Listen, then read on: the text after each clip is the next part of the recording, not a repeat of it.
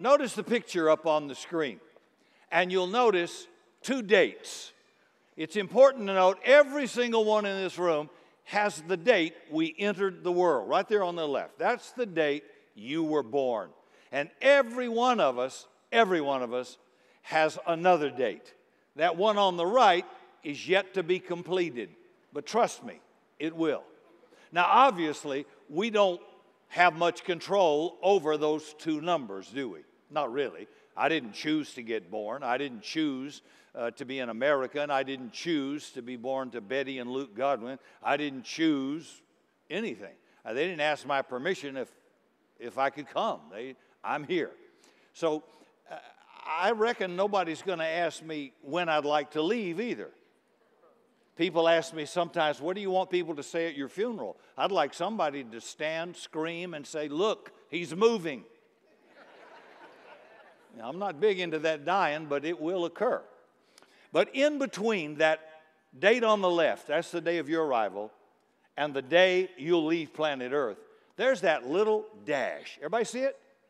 And what that little dash represents is mine and your life.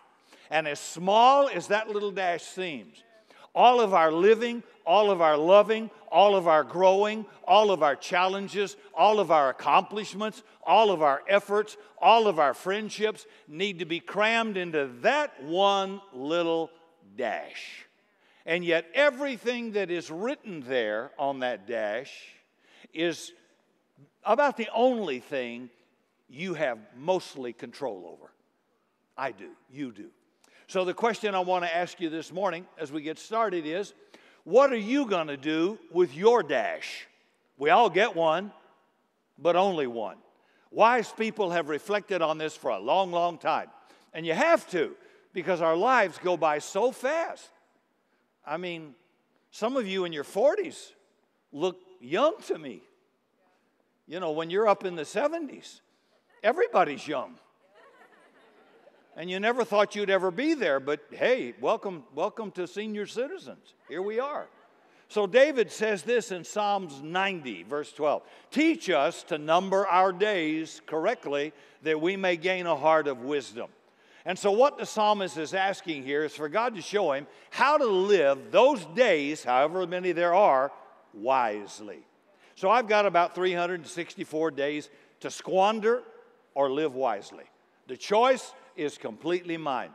So let me start by asking you another question. What do you think is the most dangerous object in your home? One philosophy professor wrote an entire book on risk, and he devoted one whole chapter to household risk. Now, some of them are pretty much what you'd expect. Kitchen knives, for instance, injure about 460,000 people every year. Manual and power saws account for 100,000 injuries every year, which is why, even though I have them, I'm strongly encouraged by those who know me best, never ever turn them on, Rick. But other household hazards kind of surprise me. You know, every year, 20 people in America are strangled by drapery cords. Not only in that, the author of the book, Larry Loudon, this professor, makes the claim, and I quote directly from his book, annually, some 4,000 of us are seriously injured on pillows. How does that happen? Unless it's the Godfather pushing a pillow down over your face and then firing into it. I don't know. So let me ask you, what do you think is the most dangerous object in your house? Let me show you what I think might be the most dangerous object in your house. Take a look at the screen and right here on stage. This is a chair, but not just any chair. It's a special chair. It's called a lazy boy. It's not called risky boy. It's not called worker boy. Oh, no. It's lazy boy, the most popular chair in America.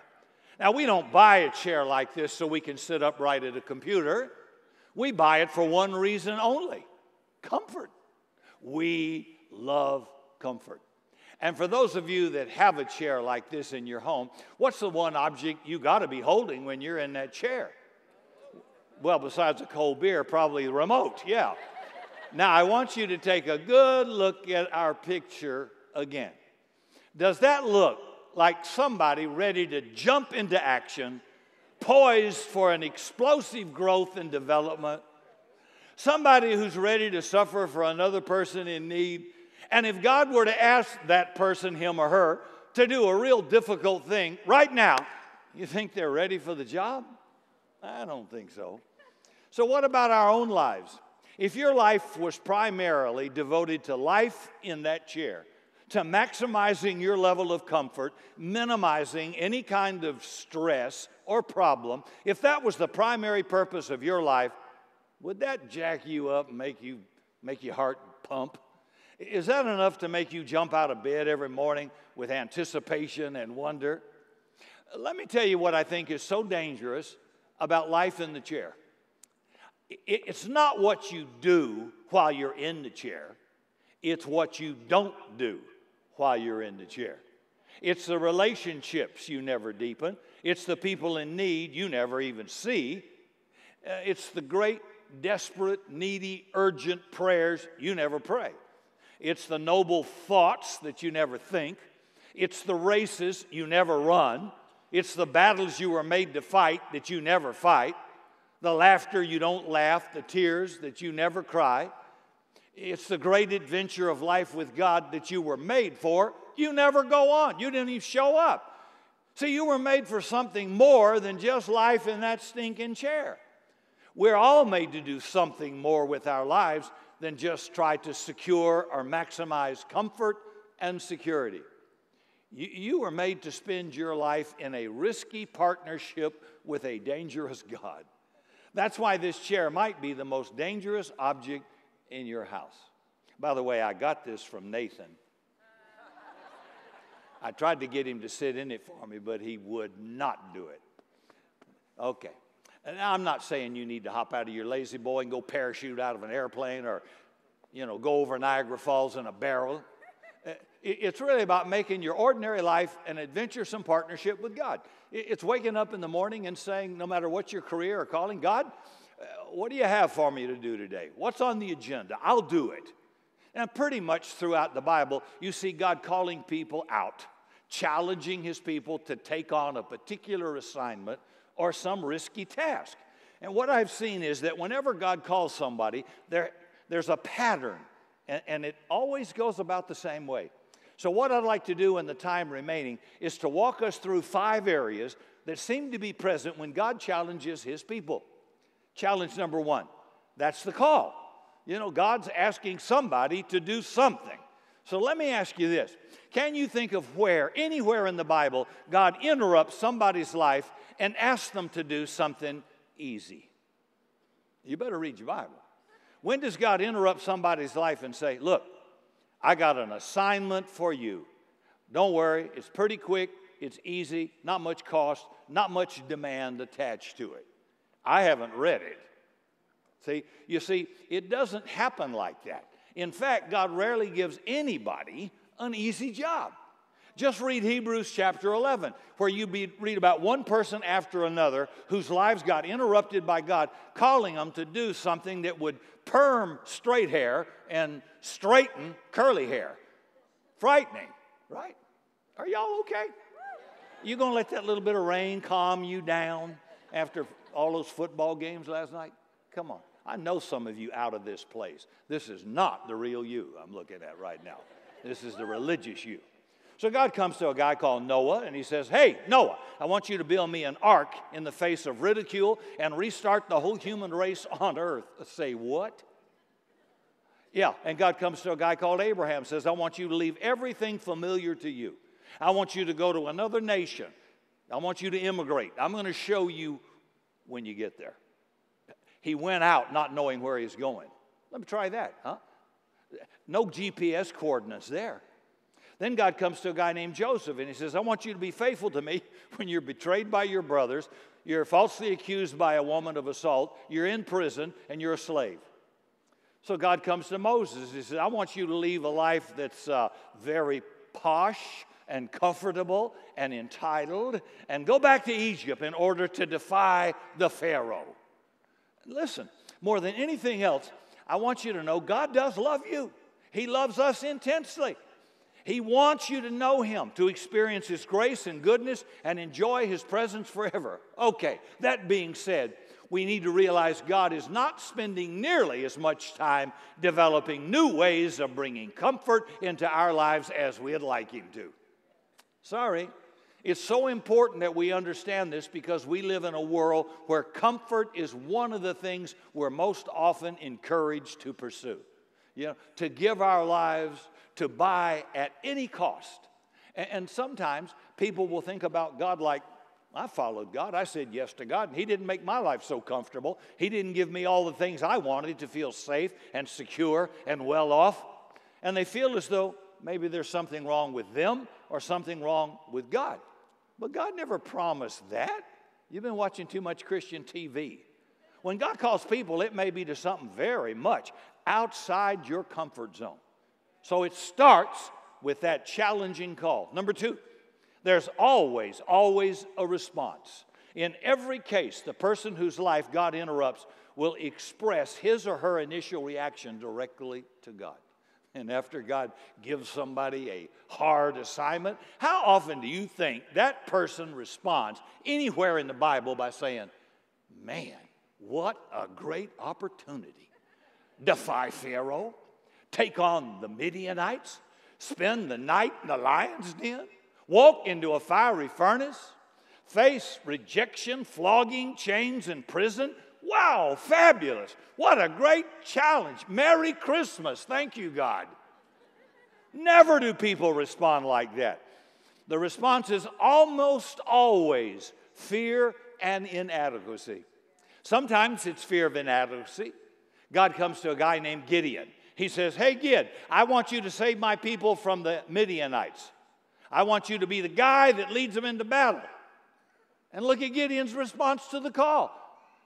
God, how can I save Israel? My clan, my family is the weakest in the little tribe of Manasseh. I'm least in my family. I'm not adequate for this. I don't even have a GED.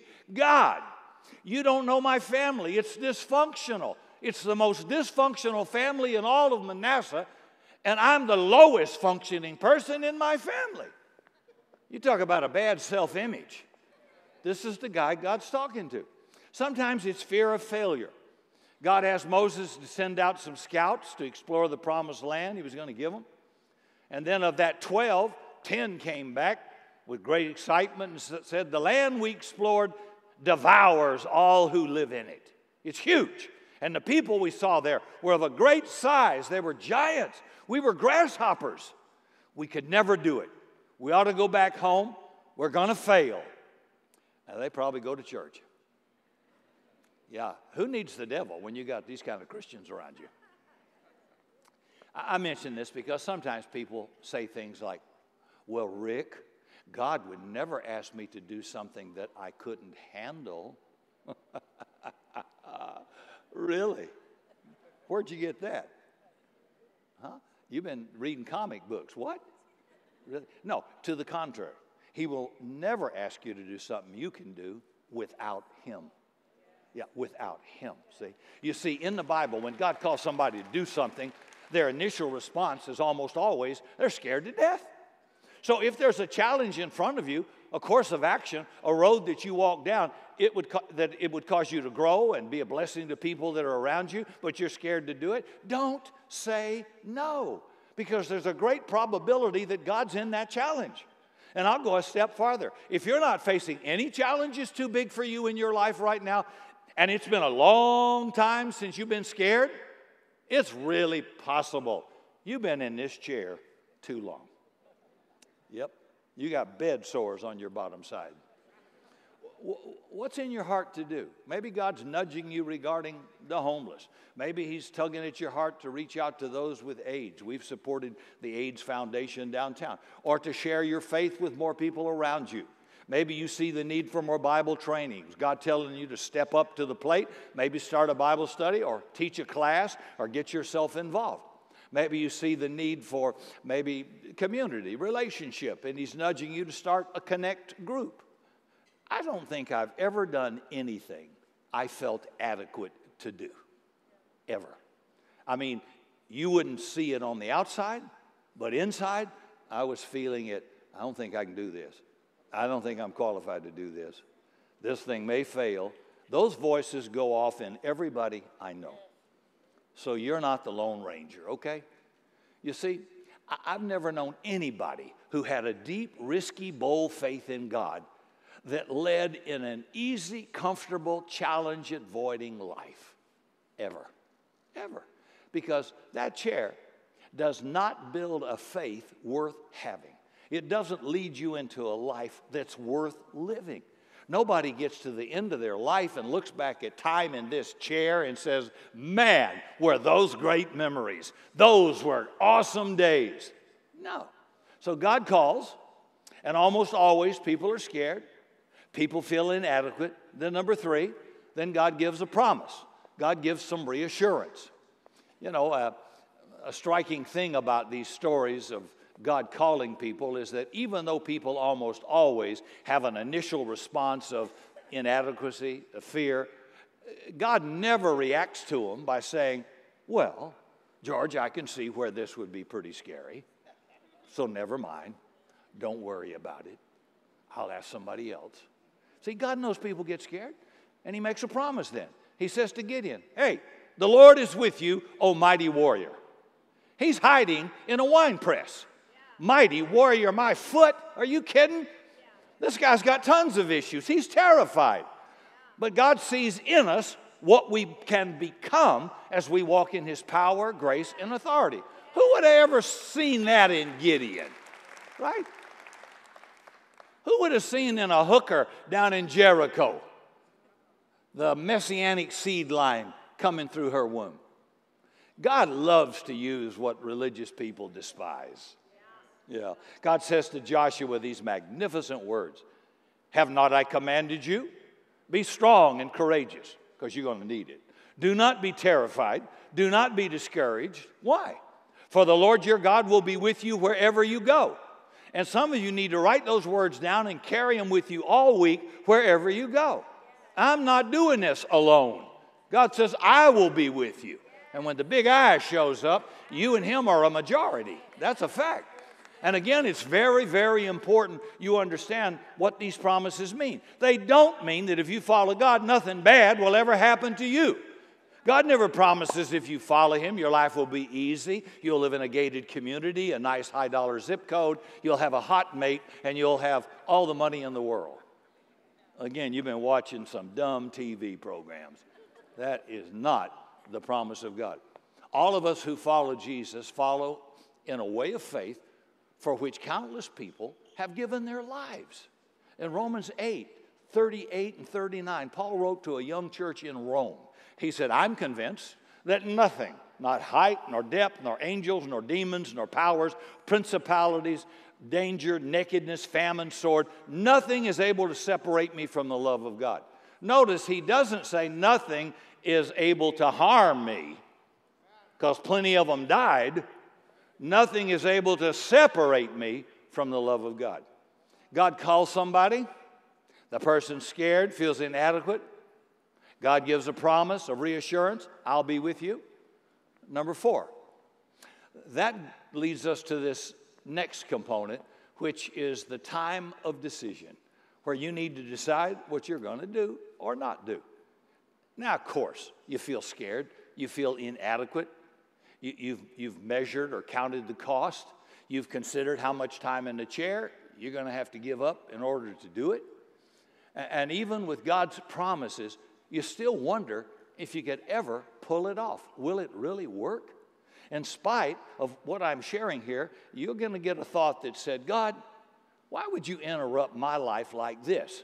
I mean, for crying out loud, it was challenging enough without you putting this burden in my heart for people or for a need or an issue. But still, you'll have to give an answer one way or the other. You got to respond. And as much as God really does care about how you're feeling about the challenge that he lays out in front of you, what ultimately matters is whether you'll say yes or no to God. That's what matters.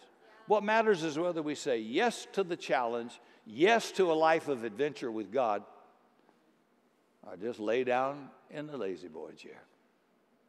He was a good man. Never did anything, never offended anybody, never suffered any loss. Sure had a nice chair. Thank you, Nathan, for this chair. But just remember, comfort never made anybody feel alive, right down to the tip of their toes, and it never will. I mean, the most crazy moments in my life have been out on the edge of danger. First time looking out of an airplane with a parachute and jumping at 15,000 feet, that'll give you a whoopee. Yeah, it won't look like Sunday morning at 10:30. Yeah, that'll jack you up. Or climbing Mount Rainier with a 70-pound pack at 20 below zero. Yeah, there have been some incredible opportunities in my life, or going to the bank with the team and the board and to sign on a dotted line in 2008 when the economy went in the tank for multi-millions of dollars that, Lord God, how will we pay that? What if it doesn't work out? What if the economy of America keeps tanking? Let me tell you something. I don't live a low-risk life. And you're never going to have much fun if you do. Starting a business, making a capital investment for equipment or stuff. There's risk in it. Buying a house. Oh, dear Jesus, having kids.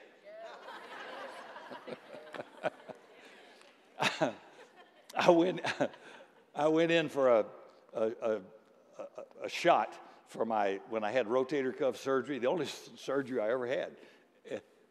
The nurse said, now, this may hurt a little bit. I said, ma'am, come on. I'm married with kids. I can take lots of pain. Stick it in there. You know what all you moms at least know what I'm talking about. So let me ask you, what's God put on your heart? What's he been challenging you to do in your life right now? You'd know. Maybe it involves a relational risk. Maybe it means telling the truth to somebody and you've been scared to say it. Maybe God's calling you to a different vocation. That's pretty wild. But you've been holding back because you're afraid. I want to leave the security of my paycheck for the possibility I could do better in this other vocation or starting my own business. Maybe you're holding on to your money right now because you'd like to buy a more expensive lazy boy chair with a built-in massage unit, even though you know God's wanting you to help spread the kingdom, or that teenager, or something in a building project, or help somebody go on a mission trip. Maybe God's asking you to explore some area where he's gifted you to be able to serve other people, but you've been holding back because you don't feel qualified. Well, get in line. I don't feel qualified either. Who do you think you are? I hope this thing fails quick so I can go back to what I would rather be doing, Lord. I'd rather be in the cockpit of an F-16 shooting down MiGs. But I got drafted. I didn't volunteer for something religious. Either that, or if I could take 40 years off my life, I'd like to have a rock and roll career again.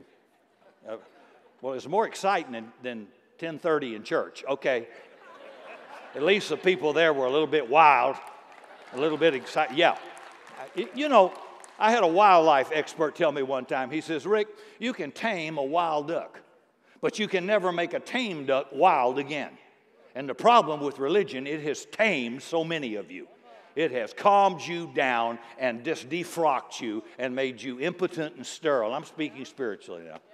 I mean, it has. It's like, what happened to the life? You were the life of the party. Well, why does that stop if Jesus becomes your Lord? If you're fun, I'm still fun. Now, I'm not going to get drunk, and I'm not going to do something criminal, but heck, I'm going to be fun.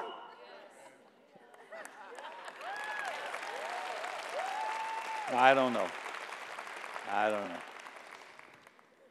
Well, I don't know. This church kind of scares me. Well, honey, you just go back over there to the little sterile section and wear your little flower and your little boutonniere, and let's put our robe on and let's play a little dirgy funeral music and let's do our little routine, and it's safe. Nothing will happen, I promise you. Nothing will happen.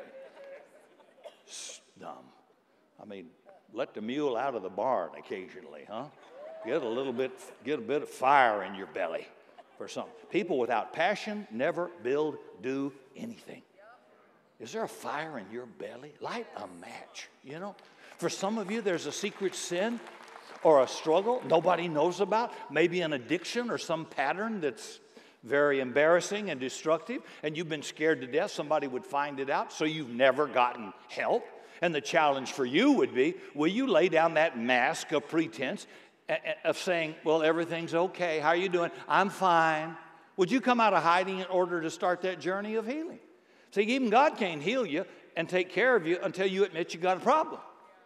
And I guarantee you in this place, I will never belittle you if you have a problem. I want to see you get well. I want to see you get into an AA program or some marriage recovery. I want to help you do well. I'm not embarrassed at all. The Bible says in Psalms 103, I think it's 103 or 113, I can't remember, if the Lord should mark iniquity, who could stand? Well, I'd leave Washington, D.C. out. Everybody. I'd leave everybody in church out if he should mark iniquity. Because we're all iniquitous. We've all sinned and come short of the glory of God. And even in this broken world, the followers of Jesus, we're not intended to arrive at the end of our lives having carried this crushing burden of shame or guilt all the way through. Unload the sucker. It's going to take a real act of courage for you to say yes. But will you say yes? Get the help you need. Yeah, well, they'll think. Let me tell you, if you knew how little people did think about you, you would quit worrying about what people think about you. They don't think about you at all. That's a fact. So what is it for you? In what area is God asking you to get out of the chair, to say yes? And last, number 5, I'll tell you why it matters so much. Because the fifth and final component of all of these stories of God calling people always ends up with a person's life being changed. Always. Both in the Bible and history. Every time somebody says yes to God, their world changes a little bit. So when we say yes to God, our faith gets a little deeper. Our courage gets a little stronger. Our light, glows a little bit brighter. And when you say no, when God asks you to do something and you say no, well, your heart gets a little colder. You get a little hardness of hearing. Your heart gets a little hardened. And then your faith gets a little weaker. And you get a little more addicted to life in the chair. And it gets a little less likely you'll ever get out of it. Now, as I close, I want to introduce to you one of the greatest risk takers of the 20th century you've probably never heard of. Her name is Henrietta Mears. Take a look at her. Now, does that look like a tremendous risk taker to you? I mean, like a really bold, gutsy Indiana Jones kind of a person? Henrietta. But she is. She's a single woman who developed a deep burden to teach children at her church in California the Bible. And it wasn't easy since she always had terrible vision. In fact, she had been told that she'd be blind by the time she reached 30 years of age. But in spite of all that, she went ahead and said yes to God. In the first 2 years teaching Sunday school, this is back in 1930, the number of students under her ministry grew from 400 to over 4,000, which was unheard of in those days. And yet, she was frustrated at not being able to find good materials to help students learn about the Bible in a way that wasn't boring. So she started writing and printing her own stuff. In fact, other churches started coming to her and asking for copies of material. So in the garage of a good friend of hers, Henrietta Mears started Gospel Light Publications. And it grew into something nobody would ever have guessed. She wanted a retreat area where people, especially young people, could get out of the congested city, dial down, listen to God a little bit, and be close. In the 1930s, she found an area that would be perfect way up in the mountains of San Bernardino. Well, it was valued at that time at $350,000. But this was in the middle of the Depression, so that might as well have been millions. So she just started to pray, God, give me that mountain. This would be a good thing. This would bless people. God, give us that mountain. And she gathered a group of people and asked them to start praying. And she told them, like I'm telling you, you got to dream big where God is involved, not puny. And they ended up getting that property for 30 grand. And it became what's known as Forest Home Christian Center, if you want to Google it. And for well over 60 years, it's been changing the lives of thousands of people. In fact, a whole generation of Christian leaders were developed and mentored by this hat-wearing, middle-aged woman who couldn't see. Dick Halverson, who would go on to become chaplain of the United States Senate, was one of her students. Bill Bright, who established Campus Crusade for Christ, was one of the millions of people she mentored. Billy Graham said of Henrietta, Henrietta Mears was one of the greatest Christians I have ever known. He said that apart from his mom and his wife, no woman ever had a stronger impact on his life. Now, if you go to Forest Home today, you can find around that lake a place where over 50 years ago, at a crisis in his life, after prolonged conversations with Henrietta Mears and a lot of prayer, Billy Graham knelt down and prayed to God, for the rest of my life, I will preach the Bible with a simple, childlike faith. And ironically enough, nobody has produced leaders in the 20th century that shaped the church like old Henrietta. In fact, Christianity Today named her as one of the most influential Christians of the 20th century. When she was on her deathbed in the hospital, when she was facing her last day, somebody asked her, Henrietta, if you had to live your whole life over again, would you do anything differently? And Henrietta Mears looked back at her whole life, all she had done. She looked at all the lives she had changed. She looked at all the things that she had taught. She looked at all the risks she had taken, and she looked at all the bold prayers she had dared to pray. She looked at all the things God had done for her, and she looked at it all, and on her deathbed, she said, I wish I'd trusted Christ for more. I wish I'd prayed riskier prayers. I wish I had asked for bigger mountains. I wish I had taken scarier risks. I wish I had trusted him for more. She was born in 1891. She died in 1963. And honestly, guys, I've never known anybody who had a deep, risky, bold faith in God that led an easy, comfortable, chair-massaging, challenge-avoiding life. Because that chair doesn't build a faith worth having. It doesn't lead you into a life that's worth living. So is there any area of your life today God is calling you off the chair? Are you willing to take the risk? Are you willing to say yes to God, to play this crazy game of life on his terms and not on your own? Because one day you entered this world. That was a great day. And one day you're going to leave the world. And in between the first day and the last day is the only life you ever have. So what are you going to do with your dash? Hey friends, thanks for watching today's message. You can click right here to subscribe to my channel, and you can click here to support the ministry and continue getting these messages out. God bless you.